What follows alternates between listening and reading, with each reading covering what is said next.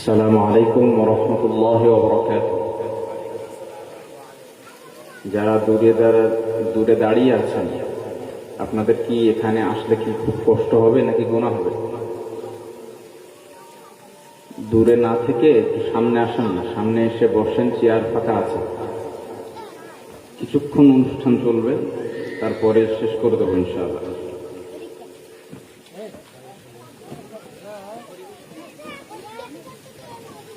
نحمده ونصلي على رسوله الكريم أما بعد أعوذ بالله من الشيطان الرجيم بسم الله الرحمن الرحيم وإذا تليت عليهم آياته زادتهم إيمانا وقال النبي صلى الله عليه وسلم اقرأوا القرآن فإنه يأتي يوم القيامة شفيعا لأصحابه أو كما قال عليه الصلاة والسلام। রব্বুল আলামিনের প্রতি শুকরিয়া আদায় করছি, যিনি একটি মাস সিয়াম সাধনা করার পরে আমাদের কাছে পবিত্র ঈদ উল ফিতরের মতো একটি খুশির দিন দান করেছেন এবং ঠিক ওই দিনেই আমাদেরকে পৃথিবীর সর্বশ্রেষ্ঠ একটি অনুষ্ঠান অনুষ্ঠিত করার তৌফিক নসিব করেছেন। আমরা খুশি হয়ে বলি আলহামদুলিল্লাহ। একটু মন খুলে বলি আলহামদুলিল্লাহ। অতঃপর প্রিয় রাসূল সাল্লাল্লাহু আলাইহি ওয়াসাল্লামের প্রতি অসংখ্য দরুদ ও সালাম পাঠ করছি, সাল্লাল্লাহু আলাইহি ওয়াসাল্লাম। প্রিয় সুধী, অনেকক্ষণ যাবৎ আমরা কোরআন তেলাওয়াত শুনেছি এবং রাসূলুল্লাহর প্রশংসা নাচ শুনেছি, আলহামদুলিল্লাহ। এখন অনুষ্ঠান শেষের পথেই। তো যাই হোক, প্রাইজ বিতরণ হয়েছে।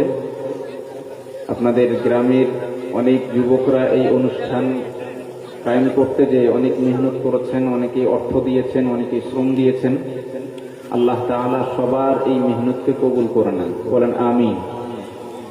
কোরআনের প্রতি এই ভালোবাসা, ইসলামের প্রতি এই ত্যাগ কিয়ামতের দিনে আল্লাহ নাজাতের ওসিলা বানিয়ে দেন, বলেন আমিন।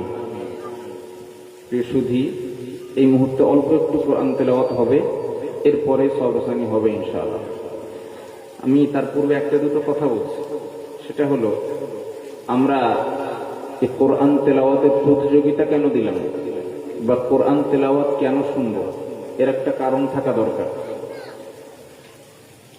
গ্রামের যুবকরা চাইলে আজকে ওয়াজ মাহফিল দিতে পারত। কারণ কি, আমরা এমনিতেও ওয়াজ শুনে অভ্যস্ত এবং ওয়াজ শুনে লাভও আছে। কেউ যদি ওয়াজ শুনে সেই কথাগুলো নিজের জীবনে বাস্তবায়িত করতে পারে, তাহলে তার জান্নাতে যাওয়ার রাস্তাটা সহজ হয়। কিন্তু কোরআন তেলাওয়াত কেন শুনবো, এরও একটা কারণ আছে। কারণটা হলো, কোরআনের মধ্যেই আল্লাহ বলেছেন, ওয়া ইযা তুলিয়াত আলাইহিম আয়াতু যাদাতহুম ঈমানা। যখন মুমিনদের সামনে কোরআন তেলাওয়াত হয় আর মুমিন যদি সেই তেলাওয়াত অন্তর দিয়ে শ্রবণ করে, তাহলে মুমিনের অন্তরের ঈমানকে আল্লাহ বৃদ্ধি করে দেন, সুবহানাল্লাহ। এখন এই একটাই কারণ, যে কারণে আমরা কোরআন তেলাওয়াত শুনবো। এই অফারটা পৃথিবীর অন্য কোনো কিতাব বা অন্য কোনো পুস্তকের জন্য নাই। শুধুমাত্র একটাই কিতাব, কোরআন। কোরআন এমন একটি কিতাব যেটি শুধু পড়লেই সওয়াব নয়, বরং পড়ার সাথে যারা শুনবেন সবাই সমপরিমাণ সওয়াব পাবেন ইনশাআল্লাহ। এটা আমাদের জন্য অফার, আমাদের জন্য অনেক সুযোগ। কিন্তু দুর্ভাগ্য এটাই, আমরা মুসলিম জাতি হয়েছি, আমরা কলেমা পড়েছি, আমরা নিজের নামটাকে মুমিনের খাতায় রেজিস্টার করেছি ঠিকই, কিন্তু মুমিন হওয়ার জন্য সর্বপ্রথম শর্ত হলো আল্লাহর প্রতি ঈমান আনার পরে নামাজ পড়া। আর নামাজ আদায় হওয়ার জন্য সবথেকে বড় শর্ত যেটা হলো, সেটা নামাজের মধ্যে কোরআন তেলাওয়াত শুদ্ধ হওয়া। এখন কোন মানুষের যদি নামাজের মধ্যে কোরআন তেলাওয়াত শুদ্ধ না থাকে, তাহলে তার তো নামাজ হবে না। কোরআন তেলাওয়াত তো শুধু কারি সাহেবদের জন্য জরুরি না, শুধু হাফেজদের জন্য জরুরি না, শুধু ইমামদের জন্য জরুরি না, কোরআন তেলাওয়াত সবার জন্য জরুরি। তো আজকের এই অনুষ্ঠান এত টাকা খরচ করে, এত কম্পিটিশন দিয়ে লাভ তখনই হবে যদি এখান থেকে আমরা এইটুকু শিক্ষা নিয়ে বাড়ি যাই যে কোরআন তেলাওয়াত আমাদের সবাইকে শেখা লাগবে এবং সেটা শুদ্ধ করেই শেখা লাগবে, সেটা পুরুষ হোক অথবা মহিলা, সবার জন্যই জরুরি। এই জন্য আমরা আজকে এই শিক্ষাটা নিয়ে বাড়ি ফিরবো ইনশাআল্লাহ, যে আজকে থেকে আমরা কোরআন তেলাওয়াত শুদ্ধ করে শেখার চেষ্টা করব, মরণ পর্যন্ত পারবো ইনশাআল্লাহ। সবাই বলি ইনশাআল্লাহ।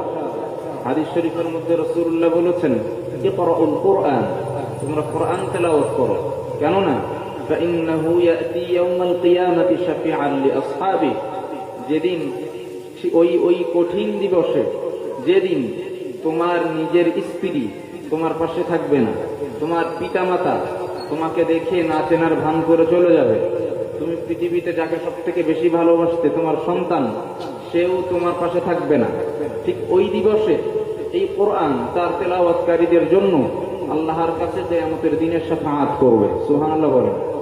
ঠিক এই কারণেই আমরা কোরআন তেলাওয়াত শুনবো এবং নিজেরাও কোরআন তেলাওয়াত করার চেষ্টা করব ইনশাআল্লাহ।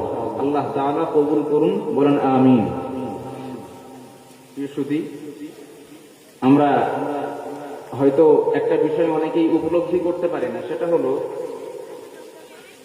যে সমস্ত হাফেজ সাহেবরা তারাবি পড়ান, খতম তারাবি পড়ানো যে কতটা কষ্টের এবং চাপের ব্যাপার, এটা যারা হাফেজ আছেন তারা খুব ভালো জানেন। একটা মাস খতম তারাবি পড়ানোর পরে সেই হাফেজের আর মানে শরীরের তাকত থাকে না, শক্তি থাকে না যে এরপরে আর মাহফিলে গিয়ে কথা বলবে।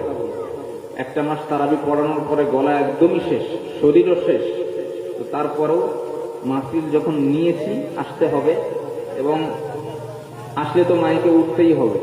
আল্লাহ যতটুকু তৌফিক দিয়েছেন এবং দিবেন তার উপরেই অল্প একটু চেষ্টা করছি, বাকি আল্লাহ মুবারক।